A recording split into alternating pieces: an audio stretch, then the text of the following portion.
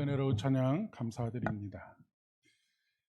오카리나가 하나 추가됐을 뿐인데도 참 찬양이 많이 살아나죠. 이것이 시작이 돼서 아주 작은 오케스트라라도 우리 교회에서 함께 어린 친구들로 또 뭐 연세 드신 분들로 그렇게 세워졌으면 참 좋겠다라고 하는 소망을 또 품어보게 됩니다. 한 주간 평안하셨습니까?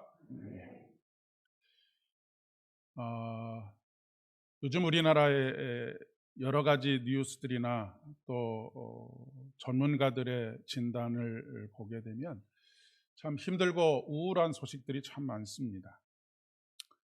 우리나라 국민의 10명 중에 8명은 우리 사회의 세대 갈등이 굉장히 심하다라고 그렇게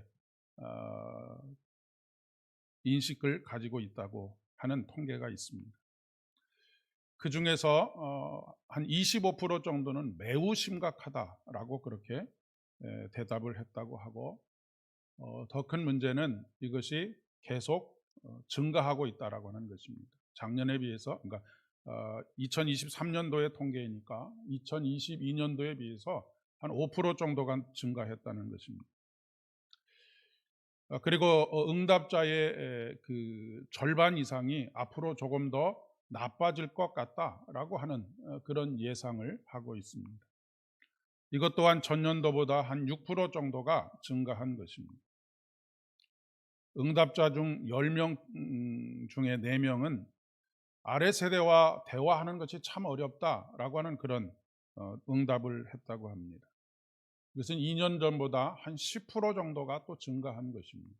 그러니까 모든 분야에 있어서 해결 기미가 보이지 않고 계속해서 갈수록 더 심각해지고 있다라고 하는 그런 이야기입니다. 우리가 한동안 뭐 X세대니 G세대니 뭐 M세대니 요즘은 뭐 MZ세대니 하는 이런 이야기들을 하지만, 어떤 사람은 이렇게까지도 이야기를 합니다. 조금 극단적이죠. 신인류가 등장했다라고 그렇게 이야기를 합니다. 그러니까 신인류라고 하는 것은 이제까지 역사 속에 있었던 인간과는 전혀 다른 종류가 나타났다라고 하는 그런 진단이 되겠습니다. 세대 간의 갈등이 일어나는 여러 가지 원인들이 있겠지만, 가장 중요한 원인은 가치관의 차이에서부터 비롯되는 것입니다. 세상은 급격하게 변해가고 있는데 그에 따른 가치관도 또 급격하게 변화가 생기게 되지요.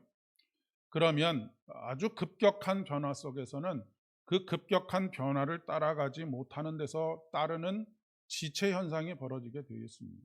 그러니까 예전에는 사실 이 역사적인 흐름이 10년, 100년 뭐 이렇게 시간이 흐르면서 바뀌었기 때문에 사람들이 이 역사의 변화, 사회의 변화를 적응하는 것이 그렇게 어렵지가 않았습니다. 그런데 10년이면 강산이 변한다라고 하는 말처럼 한 10년 정도의 시간을 두고 조금씩 변해갔는데, 요즘은 뭐 그 10년이 1년으로 당겨지기도 하고 그 10년이 몇 개월로 당겨지기도 하기 때문에 이 변화를 쫓아가는 일이 거의 불가능한 그런 상황에 놓이게 됩니다.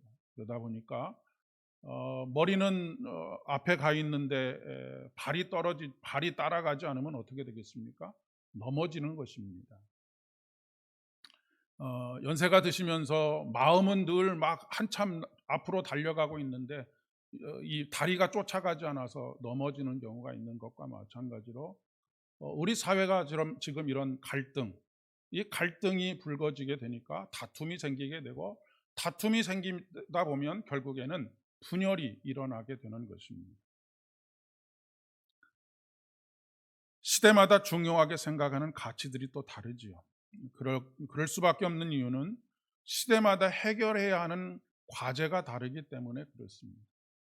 우리나라가 6.25 전쟁을 겪고 난 이후에는 오직 먹고 사는 문제를 해결하는 것이 모든 사회의 구성원들, 우리 국민들의 염원이었습니다. 그렇기 때문에 그것이 그 당시의 핵심 가치였던 것이죠. 그런데 지금은 상황이 많이 달라졌습니다. 사회적인 변화와 우리나라가 뭐 세계 10대 강국에 들어간다, 뭐 거기서 지금 떨어지고 있다, 뭐 여러 가지 이야기들을 하고는 있지만 지금은 먹고 사는 문제가 최대의 관심사가 아니라고 하는 것입니다. 그러니까 시대에 따라서 계속해서 가치관이 변하고 있는데 그 가치관을 어떻게 잘 융합시키느냐라고 하는 것이 지금 우리 사회가 안고 있는 가장 중요한 과제가 되겠습니다. 사도행전, 오늘 함께 읽은 사도행전 본문에 보면 가롯 유다가 가롯 유다를 대신할 새로운 제자를 선택하는 이야기가 기록되어져 있습니다. 여러분, 가롯 유다가 은 30에 예수님을 팔아 넘기고 예수님을 떠나게 된 이유가 어디 있겠습니까? 가롯 유다가 추구하던 가치와 예수님께서 추구하시던 가치가 서로 달랐기 때문입니다. 거기서 다툼이 생기게 되었고 결국 갈라서게 되는 그런 좋지 않은 종말을 맞이하게 됐던 것이죠. 가롯 유다는 예수님과 더불어 이 땅에 로마 제국에서부터 해방되는 독립된 정치적인 나라를 회복하기를 원했습니다. 반면에 예수님께서는 이 땅에 하나님의 나라, 십자가를 통한 하나님의 나라가 세워지기를 원하셨던 것이죠. 이 나라를 세워가는 방식이 전혀 다른 방식입니다.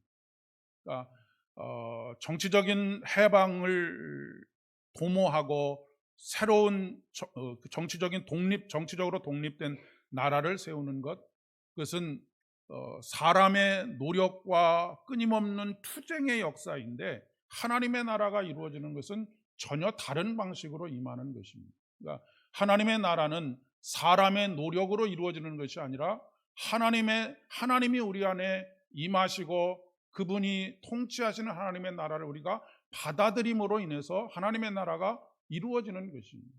그러니까 전혀 다른 가치 안에서 전혀 다른 방식으로 우리가 살아가야 하기 때문에 이 부분에 있어서 갈등이 필연적으로 생길 수밖에 없는 것이죠. 가롯 유다와 예수님만 그랬던 것이 아니고 교회 안에서도 똑같은 갈등들이 얼마든지 일어날 수 있다라고 하는 그런 이야기입니다. 이 둘 사이에는 접점이 없는 것이죠. 예수님께서 이렇게 말씀하십니다. 하나님의 나라는 먹는 것과 마시는 것에 있는 것이 아니라 사랑과 희락과 화평이니라 라고 말씀하십니다. 그러니까 하나님 나라의 핵심적인 가치는 사랑과 희락과 화평인데 세상이 추구하는 가치는 먹고 마시는 것에 있다라고 하는 것을 말씀하고 있는 것이죠. 그러니까 서로 가치가 완전히 다르고 그렇기 때문에 우리가 세상 속에서 하나님 나라의 가치를 가지고 살아가려고 하면 필연적으로 갈등이 생길 수밖에 없습니다.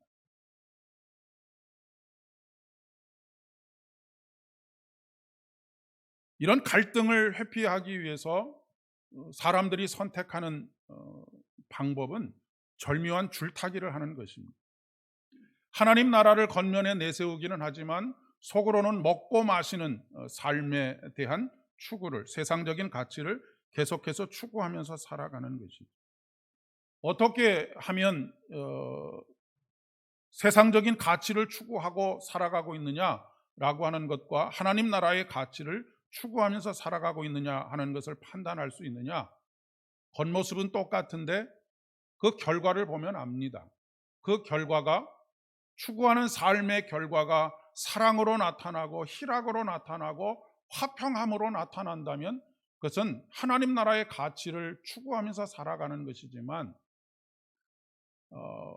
사랑으로 희락으로 화평으로 나타나지 않으면 그것은 세상의 가치를 추구하면서 살아가고 있다라고 하는 것을 보여주고 있는 것입니다.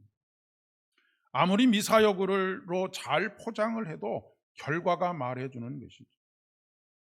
열매를 보면 그 뿌리가 어디에 자신의 뿌리를 내리고 있는가라고 하는 것을 알게 해주는 것입니다. 오늘 사도행전에 보면 12번째 이 가롯 유다 대신 또 한 제자를 선택하는 그런 기준을 명확하게 밝히고 있습니다. 예수님께서 부활하신 것을 증언할 사람이라고 하는 것이 명확하게 그 기준이 정해져 있다라고 하는 것입니다. 이것이 바로 핵심적인 가치라고 이야기할 수가 있겠습니다.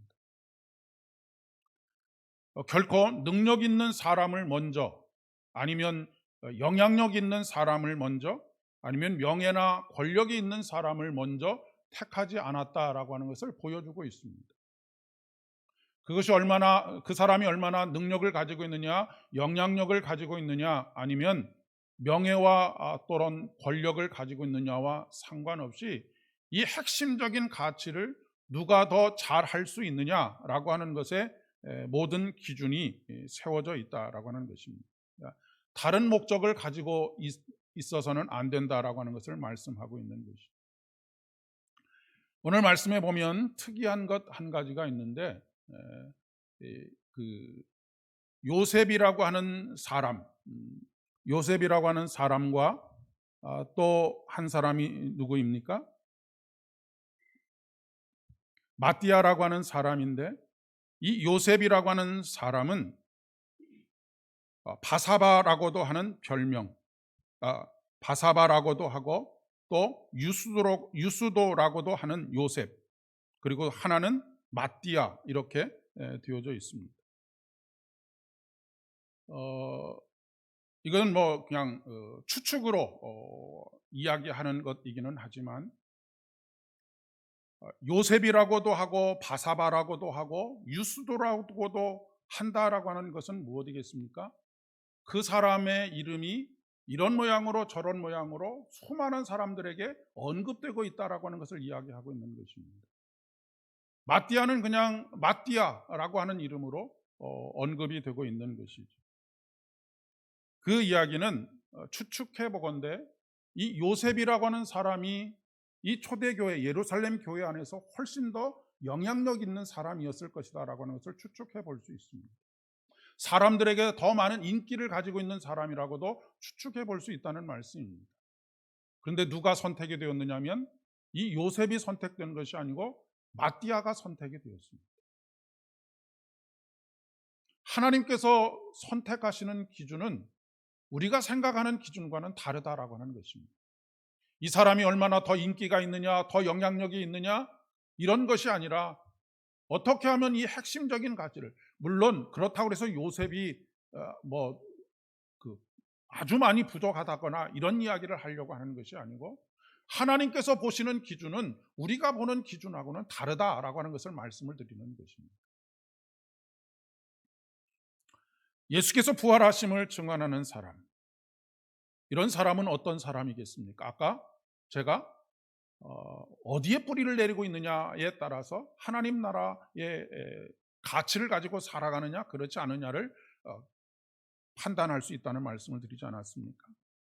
시냇가에 심은 나무와 같은 사람입니다. 오늘 시편에서 함께 읽은 1편의 말씀이 그런 것이지. 그런 사람은 철을 따라 열매를 맺는다라고 말씀하십니다. 어떤 열매를 맺는 것이겠습니까? 사랑의 열매와 희락의 열매와 화평의 열매를 맺는다라고 하는 말씀입니다. 그리고 잎사귀가 마르지 않고 그가 하는 모든 일들이 형통하게 된다라고 하는 건 하나님의 뜻을 이루어 가신다라고 하는 그런 의미입니다. 그러나 반대로 악인들, 즉 하나님 나라의 가치관으로 살지 않는 사람들은 바람에 나는 겨와 같다라고 말씀하십니다. 여러분, 겨는 벽시와 똑같은 모양을 하고 있지만 속이 텅 비어 있는 것입니다. 우리가 신앙생활을 하면서 피상적인 관계 속에 하나님과의 관계가 빠질 가능성이 굉장히 많습니다.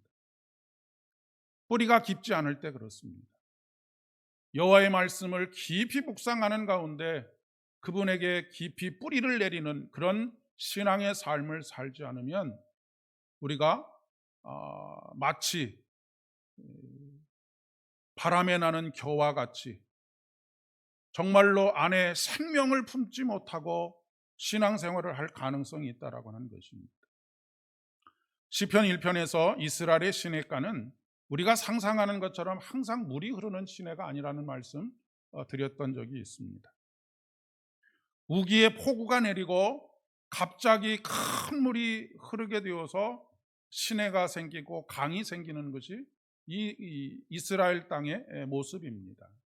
그런데 점점 이제 비가 그치고 수위가 줄어들어 가는 가운데 이제 물이 흘러간 자국이 남아 있는 그런 자리. 그런데 그 자리에는 비록 겉에는 물이 없지만 스며드는 물들이 있는 그런 곳이 되겠지요. 그런 곳에 나무는 깊게 뿌리를 내리고 또 영양분들을 흡수하게 될 때 철을 따라서 열매를 맺게 되고 잎사귀가 마르지 않게 되고 또 형통하는 그런 삶을 살아가는 인생과 같다라고 하는 것입니다. 우리가 예수님께 더욱 깊이 뿌리를 내리지 못하면 늘 피상적인 관계가 됩니다. 부부간에도 그런 경우들이 많이 있지 않습니까? 피상적인 관계, 그냥 법적으로 부부이기 때문에 살고 그 안에서 어떤 깊은 사귐과 나눔이 없는 그런 관계들, 이런 관계들에 빠져드는 것과 마찬가지로 하나님과의 관계도 그렇게 되어진다라고 하는 그런 이야기입니다. 그런데 반면에 뿌리를 내린, 깊게 내린 나무는 가뭄에도 시들지 않습니다. 가뭄의 시기에 더욱 깊이 뿌리를 내리는 계기가 되는 것이죠. IMF를 경험하면서 가정이 깨지는 가장 중요한 이유 중에 한 가지가 경제적인 문제다라고 하는 것이 아주 여실하게 드러났습니다. 그런데 이 경제적인 위기 속에서도 가정이 깨지지 않고 오히려 가정이 단단해진 가정들이 있습니다. 그런 가정들은 어떤 가정들이냐면 부모와 자식 간의 관계와 형제들의 관계가 피상적인 관계가 아니라 서로에게 깊은 영향을 끼치고 사귐과 나눔이 있는 그런 가정들은 훨씬 더 이 어려움을 당했을 때 단단해졌는데, 그렇지 못한 가정들은 깨어지는 아픔들을 경험할 수밖에 없었다라고 하는 것을 우리가 알 수 있는 것이죠. 여호와의 말씀을 묵상하는 사람들, 그 사람들은 하나님께 깊이 뿌리를 내리는 사람들이고, 이런 사람들은 오히려 어떤 경제적인 어려움뿐만 아니라 가정에 닥쳐오는 어떤 위기 속에서도 훨씬 더 단단해지는 그런 가족 관계들을 만들어 갈 수 있다라고 하는 것을 이야기해 주는 것입니다. 요한복음의 말씀에 보면 성부 하나님의 생각과 마음과 성자 예수 그리스도의 생각과 마음이 똑같은 것을 볼 수 있습니다. 성자 예수 그리스도께서, 아들이신 성자 예수 그리스도께서 품고 계시고 생각하고 계시고 계획하고 계시는 모든 것들이 누구로부터 나왔다라고 말씀하고 계시냐면 아버지로부터 나왔다. 아버지의 것이 내 것이고 내 것이 아버지의 것이다라고 그렇게 말씀하십니다. 그래서 세상에서 가장 아름다운 존재의 형식이 어떤 형식이냐면 우리가 고백하고 있는 삼위일체 하나님이십니다. 가정이 바로 이러해야 하는 거지. 아까 가치관이 서로 다르게 된 것, 이것이 갈등의 원인이 된다라고 말하지 않았습니까? 생각이 다르고 계획이 다르게 될 때 부모와 자식 간에 당연히 갈등이 생길 수밖에 없습니다.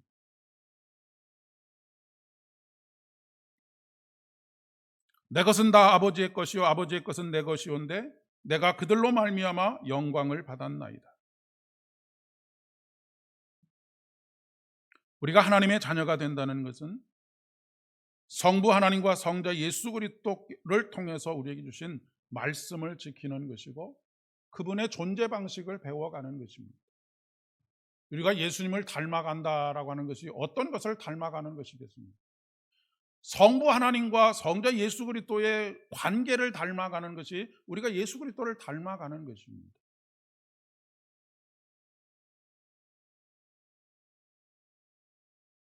그런데 사실 결코 쉽지 않은 것이죠. 모두에도 말씀을 드렸던 것처럼 세대 간의 갈등이 10명 중에 8명이 심각하다라고 느낄 정도로 그런 구조 속에 우리가 있습니다. 그렇기 때문에 예수님께서는 오늘 대제사장적 기도를 하고 계시는 것이죠. 요한복음 17장의 말씀이 바로 대제사장적 기도를 하나님께 올려드리고 있는 것입니다. 나는 세상에 더 있지 아니하오나 그들은 세상에 있사옵고 나는 아버지께로 가옵나니 거룩하신 아버지여 내게 주신 아버지의 이름으로 그들을 보존하사 우리와 같이 그들도 하나가 되게 하옵소서. 이것은 하나님의 은혜로 젖어들 때에만 세대의 갈등 속에 있는 우리 사회가, 우리 크리스찬 가정들이 하나가 되어질 수 있음을 말씀하고 있는 것이죠. 그리고 그것을 위해서 지금 아들이신 예수님께서 아버지 되시는 하나님께 간구하고 계시고, 그것의 가장 정점에 있는 것이 바로 십자가의 죽음과 부활입니다. 이번 주일은 우리가 어버이 주일로 지키고 있습니다. 설교의 제목을 사실 굉장히 고민을 했습니다. 아버지와 아들, 그러면 아버지와 딸, 엄마와 아들, 그건 제외되는 것이냐? 비유적으로 그렇다는 말씀입니다. 우리가 성부 하나님을 아버지라고 부르고 예수님을 성자 예수 그리스도라고 그렇게 부르기 때문에 그렇습니다. 여러분, 부모가 없는 자식이 있습니까? 부모가 없는 자식은 없습니다. 부모가 없는 자식이 없듯이 부모와 자녀는 뗄래야 뗄 수 없는 그런 관계입니다. 그런데 현대에 와서 이런 관계들이 점점 퇴색되어 가고 있습니다. 그리고 이런 것을 거스르는 것을 천륜을 거스른다라고 그렇게 이야기들을 합니다. 그런데 이런 갈등이 생기게 되는 가장 중요한 핵심이 무엇이냐면 천민자본주의적인 가치관, 즉 돈으로 모든 것을 해결하려고 하는 것입니다. 세상적인 가치관의 핵심이 어디 있다고 말씀드렸습니까? 먹고 마시는 것에 있다는 말씀을 드렸습니다.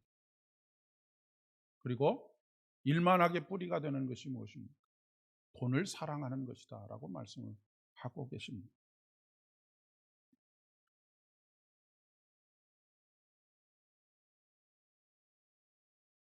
부모들이 경계해야 할 것이 한 가지 있습니다. 저도 늘 마음속으로는 애틋함을 가지고 있지만 그러지 않으려고 노력하는 것 중에 한 가지가, 우리 대한민국의 부모들이 그 어느 나라의 부모들보다 강력하게 가지고 있는 생각이 뭐냐면 자식 고생시키고 싶지 않다는 생각입니다.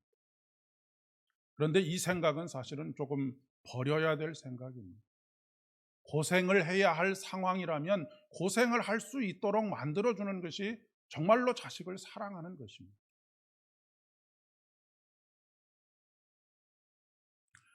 왜 자식이 고생하는 것을 보면서 안쓰러운 마음이 없겠습니까? 그러나 고생하는 것을 통해서, 문제에 부딪히는 것을 통해서 스스로 설 수 있는 그런 힘을 길러가는 것이기 때문에 그렇습니다. 그렇게 될 때 의존적인 관계가 아니라 건강한 관계를 만들어갈 수 있는 것이죠. 여러분, 줄탁동시라고 하는 말을 아시지 않습니까? 병아리가, 아니면 병아리나 새나 알에서 깨어져 나올 때 사람이 밖에서 껍질을 깨주면 그 닭은 스스로 살아남을 수 있는 힘을 기르지 못합니다. 스스로 나오려고 몸부림을 치면서 생명의 기운들을 더욱더 건강하게 만들어갈 수 있고, 안에서 깨고 나오려고 하는 힘과 밖에서 깨트려주는 힘이 만날 때, 그때 놀라운 은혜의 역사들이 이루어지게 된다라고 하는 그런 말씀입니다.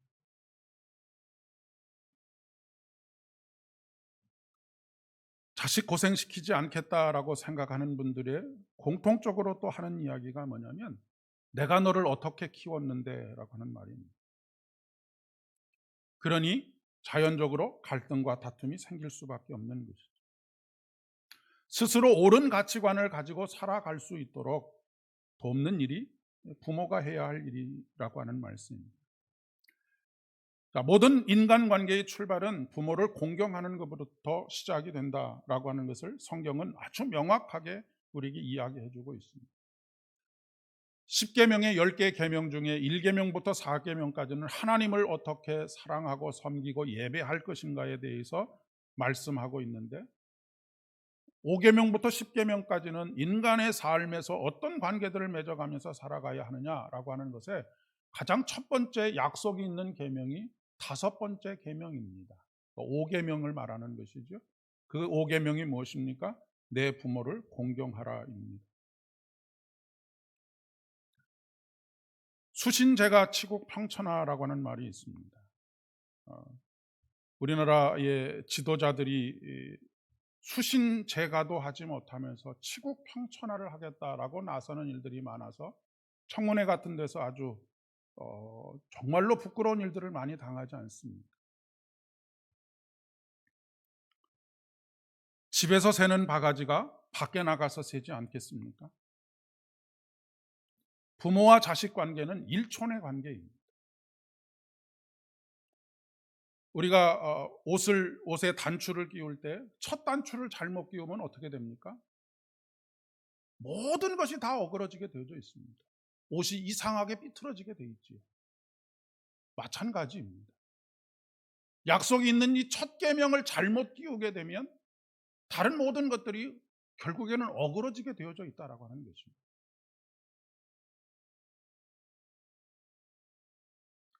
자신의 부모에게 불효하는 엄마와 아빠를 보고 자라는 자녀가 부모에게 효도를 할 수 있을까? 어떻게 이렇게 어리석은 생각, 용감한 생각을 하겠습니까? 아마 본대로 하지 않겠는가 싶습니다. 특별히 요한복음 17장의 말씀뿐만 아니라 시편의 말씀들을 통해서도 항상 우리가 인식하고 깨달아야 할 것은 무엇이냐면 부모님을 칭찬해 드리는 것 참 중요하다라고 하는 것입니다. 요한복음 17장에서 예수님께서는 성부 하나님을 높여드리고 있습니다. 거룩하신 하나님, 의로우신 하나님, 하나님의 하시는 일들, 하나님의 존재라고 하는 하나님의 존재 자체가 거룩하시고 그분이 행하시는 모든 일들은 다 의롭다라고 하는 것. 시편에 보아도 하나님을 얼마나 찬양한다라고 하는 것 자체가 하나님을 칭찬해 드리는 것입니다.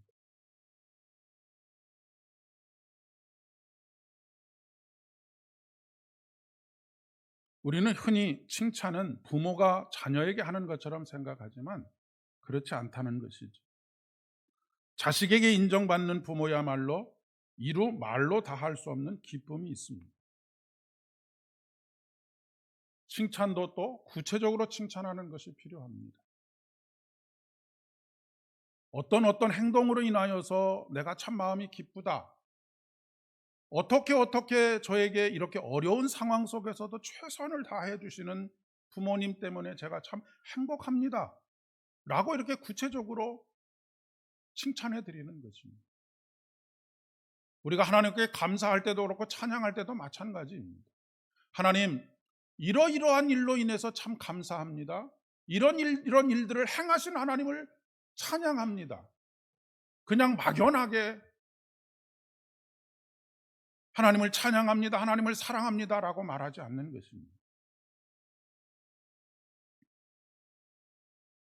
부부간에도 지켜야 할 대목이 바로 이러한 대목이 아니겠습니까? 여러분, 자식들 앞에서 맨날 남편 욕, 아내 욕을 하면 자식들이 아빠와 엄마를 존경할 마음이 생기겠습니까?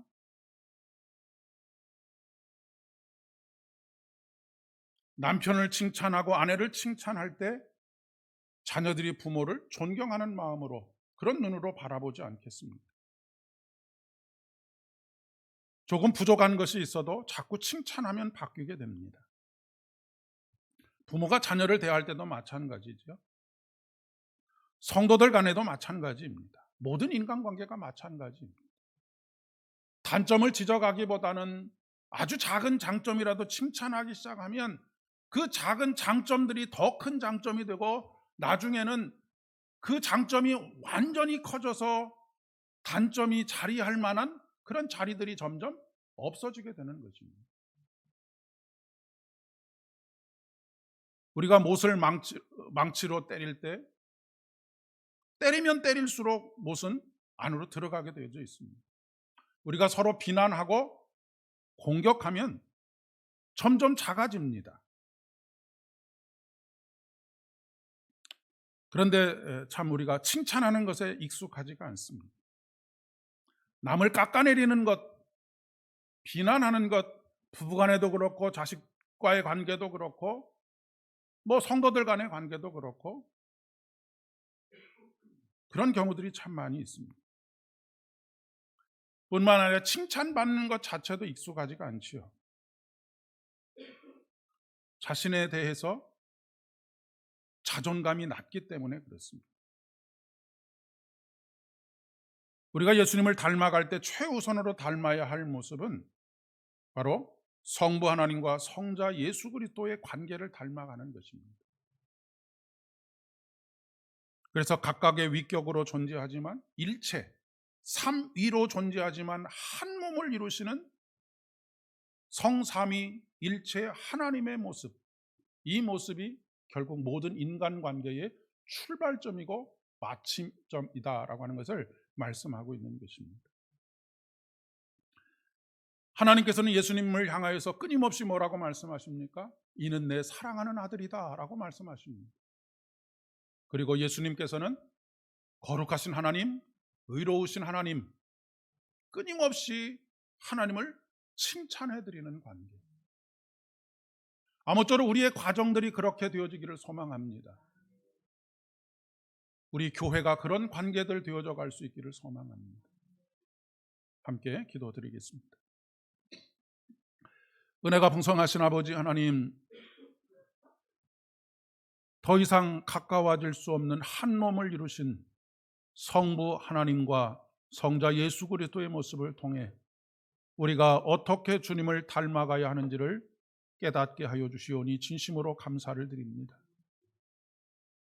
사랑하는 우리 삼보교회의 모든 가족들, 가정들, 그리고 믿음의 공동체가 서로에게 사랑한다라고 말하고 서로를 칭찬하는, 그래서 온전히 한 몸을 이루는 아름다운 공동체 되어질 수 있도록 은혜를 더하여 주시옵소서. 예수님의 이름으로 기도드립니다.